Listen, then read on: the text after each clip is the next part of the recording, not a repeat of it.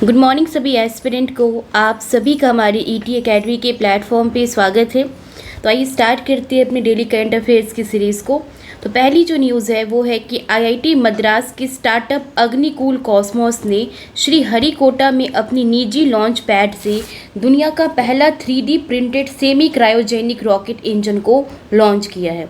तो ये बहुत ही ज़्यादा चर्चा में है, इसलिए इम्पॉर्टेंट है, पूछा जाएगा क्योंकि ये काम इसरो ने भी नहीं किया है बल्कि किसने किया है, आईआईटी मद्रास ने किया है।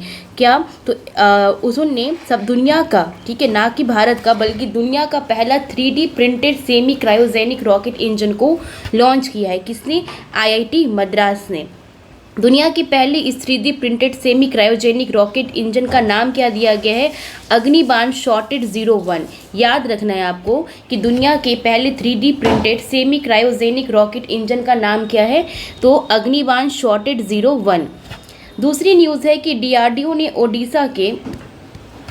ओडिशा में KSU-30 MK1 प्लेटफॉर्म से रुद्र M2 मिसाइल का सफलतापूर्वक परीक्षण किया गया है। कल आपने देखा होगा, कल के न्यूज़पेपर में भी ये फ्रंट पेज की ही न्यूज़ है और परसों न्यूज़ पे भी ये फ्लैश हो रहा था ये न्यूज़, क्योंकि बहुत ज़्यादा इंपॉर्टेंट है। ठीक है, अभी मैंने आपको दो न्यूज़ बताया ना, दोनों न्यूज़ एग्ज़ाम के पॉइंट ऑफ व्यू से बहुत ही ज़्यादा इंपॉर्टेंट है। क्या है कि किसने? तो डीआरडीओ ने। कहाँ से? उड़ीसा से। क्या? तो KSU-30 MK1 प्लेटफॉर्म से किस मिसाइल का सफलतापूर्वक परीक्षण किया है? तो रुद्र M2। डायरेक्ट ये भी क्वेश्चन पूछा जा सकता है आपसे कि रुद्र M2 क्या है, तो आपको याद रखना है ये एक मिसाइल है। ठीक है, यह मिसाइल हवा से सतह में मार करने वाली मिसाइल है। अगर इसकी कैपेसिटी देखोगे आप तो ये क्या है? हवा से सतह में मार करने वाला मिसाइल है। अगली न्यूज़ है कि 30 मई को आरबीआई ने अपनी आरबीआई वार्षिक रिपोर्ट 2023-24 जारी की है। वित्तीय वर्ष 2024 में आरबीआई की शुद्ध आय 2.11 लाख करोड़ रुपए थी, जो कि पिछले वर्ष 87,420 करोड़ रुपए थी। ये एक डाटा है जो आपको दिखा रहा है इकोनॉमी के बारे में, ठीक है, इंडियन इकोनॉमी के बारे में। तो इसको ज़्यादा लोड लेके देखना नहीं है, बस एक सरसरी निगाह से देख लेना है। अगली न्यूज़ है कि भारतीय वायुसेना बहुराष्ट्रीय युद्ध अभ्यास रेड फ्लैग 24 में भाग लेने के लिए कहाँ पहुंची है? तो अमेरिका पहुंची है। कौन? तो भारतीय वायुसेना। किस अभ्यास में? तो रेड फ्लैग 24 में। ये जो रेड फ्लैग अभ्यास है ना, ये बहुराष्ट्रीय वायुसेना युद्ध अभ्यास है। ठीक है, कैसे बहुत सारे राष्ट्र जो है इसमें, बहुत सारे राष्ट्र की जो वायुसेना है वो पार्टिसिपेट करती है। किसमें? तो रेड फ्लैग अभ्यास में। इसकी शुरुआत 1975 में हुआ था और इसके आयोजनकर्ता कौन है? तो इसके आयोजनकर्ता है अमेरिकी वायुसेना। अब देखिए यहाँ पे 1975 है, तो मैं आपसे 1975 तो नहीं पूछूंगी, लेकिन मैं आपसे ये क्वेश्चन है आप लोगों से मेरा आज कि आप लोग मुझे बताइएगा कि भारत के द्वारा सर्वप्रथम परमाणु परीक्षण कब किया गया था? ठीक है, और कौन सा ऑपरेशन उसको नाम दिया गया था? ऑपरेशन का नाम भी बताना है आपको और साथ में ये बताना है कि किस वर्ष हुआ था और कौन से प्रधानमंत्री के काल में हुआ था। तो ये कुछ प्रश्न हैं जिसके उत्तर आपको कमेंट सेक्शन में देने हैं। अगली न्यूज़ है कि अफ्रीकी देश जिबूती में शुरू हुआ जिबूती फ्रेंडली मॉस्किटो प्रोग्राम जो है वो किस बीमारी से संबंधित है? तो मलेरिया से। वहाँ पे मलेरिया के प्रकोप बहुत ज़्यादा बढ़ रहे हैं जिबूती में, इसलिए वहाँ की जो गवर्नमेंट है, जिबूती गवर्नमेंट, उन्होंने क्या किया है? जिबूती फ्रेंडली मॉस्किटो प्रोग्राम को शुरू किया है। उद्देश्य क्या है? एनाफेलीज स्टीफेंसी के प्रसार को रोकना। ठीक है, जिसके कारण मलेरिया होता है उसको क्या करना? रोकना। इस प्रोग्राम के तहत एक्चुअली वो करेंगे क्या? इस प्रोग्राम के तहत नहीं काटने वाले नर एनाफिलीज स्टीफेंसी मच्छर विकसित किए जाएंगे, क्योंकि आपको पता है मलेरिया में क्या करती है, मादा मच्छर के काटने से मलेरिया होता है। तो वो क्या करेंगे ना, जो मच्छर नहीं काटते, जैसे नर एनाफिलीज स्टीफेंसी मच्छर नहीं काटते हैं, तो ये उनको विकसित करेंगे। वो डीएनए के प्रोसेस से क्या करेंगे? उसको विकसित करेंगे और इन मच्छरों के भीतर सेल्फ लिमिटिंग जीन्स है जो मादा संततियों को वयस्क होने से पहले ही मार देते हैं। तो ये कुछ जो है साइंस एंड टेक का इस्तेमाल करके इस प्रोग्राम को जो है चलाया जा रहा है। अब आप देखो ये प्रोग्राम को किसके द्वारा लॉन्च किया गया होगा? लॉज तो गवर्नमेंट ही करती है, लेकिन इसको बनाया किसके द्वारा गया होगा, ड्राफ्टिंग किसने किया होगा, आपके जैसे ही एस्पिरेंट ने, ठीक है। क्योंकि आप लोग साइंस टेक भी पढ़ते हो, ठीक है, इसलिए पढ़ाया जाता है साइंस टेक आप लोगों को कि आप लोग एज अ ब्यूरोक्रेट्स रहते हुए उस चीज़ का इस्तेमाल कर पाओ किसी चीज़ की समस्या का निपटान के लिए या फिर किसी चीज़ को विकसित करने के लिए। अगली न्यूज़ है कि विदेश मंत्रालय के अनुसार भारत को 2024-26 के लिए कोलंबो प्रोसेस का अध्यक्ष बनाया गया है।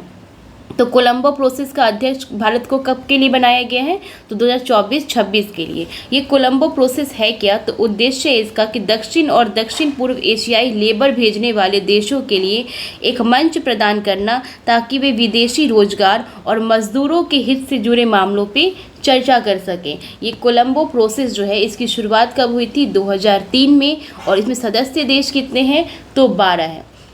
उसके बाद है sustainability champion editors choice award 2024 से किसे सम्मानित किया गया है, तो इस बार यह अवार्ड जो है sustainability champion editors choice award, ये सम्मान इससे महारत्न कंपनी रूरल इलेक्ट्रिफिकेशन कॉरपोरेशन को सम्मानित किया गया है।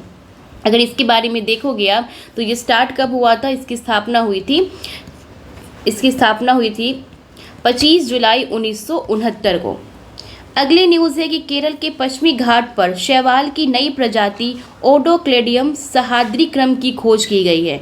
तो कैसे पूछेंगे क्वेश्चन, इससे दो टाइप के क्वेश्चन इस पॉइंट से बन जाएंगे। पहला कि हाल ही में मिली एक नई प्रजाति ओडोक्लेडियम सहाद्रिक्रम किसकी प्रजाति है, तो आपको क्या याद रखना है, शैवाल की।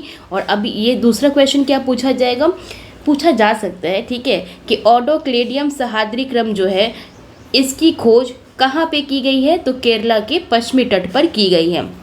इसका उपयोग किस चीज़ में होता है, चिकित्सा में, कृषि, प्राकृतिक वर्णक के उत्पादन में इसका उपयोग किया जाता है। अब देखिए सुर्खियों में रहा था एक मिशान ईशान, ठीक है। ये जो मिशान ईशान का संबंध किस चीज़ से है, तो इसका संबंध है एक राष्ट्र एक हवाई क्षेत्र से संबंध है, बहुत इंपॉर्टेंट है।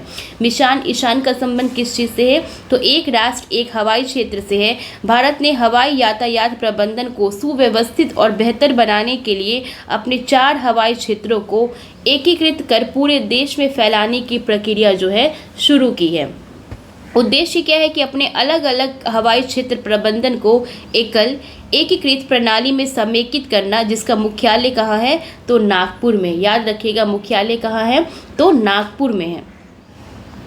आज की अंतिम न्यूज़ है कि टोक्यो विश्वविद्यालय ने अटाकामा वेधशाला का उद्घाटन किया है। अटाकामा वेधशाला कहाँ है, तो ये चिली में है, ठीक है। तो अटाकामा वेधशाला का उद्घाटन किसके द्वारा किया गया है, टोक्यो विश्वविद्यालय के द्वारा, जिसे दुनिया की सबसे ऊंची वेधशाला होने के लिए गिनीज वर्ल्ड रिकॉर्ड से सम्मानित किया गया है। इसकी ऊंचाई जो है समुद्र तल से लगभग 5640 मीटर है और TAO के केंद्र में 6.5 मीटर का ऑप्टिकल इंफ्रारेड टेलीस्कोप लगाया गया है, जिसे ब्रह्मांड के रहस्य को जानने के लिए डिज़ाइन किया गया है।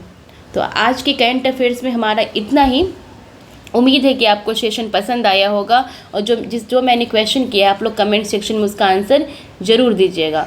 और जो आज क्लास होने वाली थी शाम को, मैं ज्योग्राफी का लेने वाली थी, वो अनफॉर्चुनेटली मैं नहीं ले पाऊँगी क्योंकि अभी जो है मुझे एकदम बाहर निकलने से मना किया गया, मतलब धूप में नहीं जाना है। तबीयत बहुत ज़्यादा बिगड़ गई थी गर्मी की वजह से, अभी मैं अच्छे से स्टेबल नहीं हो पाई हूँ। अगर मैं जाऊँगी वापस से तो फिर वापस से मेरा कुछ दिन का क्लास एब्सेंट हो जाएगा, तो मैं वो नहीं चाहती हूँ। ऐसे ही बहुत सारा लॉस हो जाता है, तो इस चीज़ के लिए मैं वो रीशेड्यूल होगा तो मैं आप लोगों को इन्फॉर्म कर दूंगी। अगले वीक में उस क्लास को ले लिया जाएगा जैसे धूप थोड़ा कम होगा तो देखते हैं कल नहीं, जो हमने लास्ट करंट अफेयर्स की क्लास लिया था उस पर कितने एस्पिरेंट ने आंसर किया। तो दिनेश जी ने आंसर किया था, रवि जी, अपूर्वा जी, अदिति जी और सूचम जी, वेरी गुड। इन 5 एस्पिरेंट ने उस क्वेश्चन का आंसर किया था। मैंने पूछा था कि नाटो का 31वां और 32वां मेंबर कौन है, बहुत अच्छा लगा। इसमें देखिए अब दिनेश जी का कमेंट कि इन्होंने खुद से ही ये भी बता दिया कि इसकी स्थापना कब हुई थी, नाटो की हेडक्वार्टर कहाँ है, ठीक है। रवि जी ने भी डेट के साथ बताया है, ठीक है। अपूर्वा जी भी बताई हैं, अदिति जी भी, सूचम जी, वेरी गुड, बहुत ही अच्छा।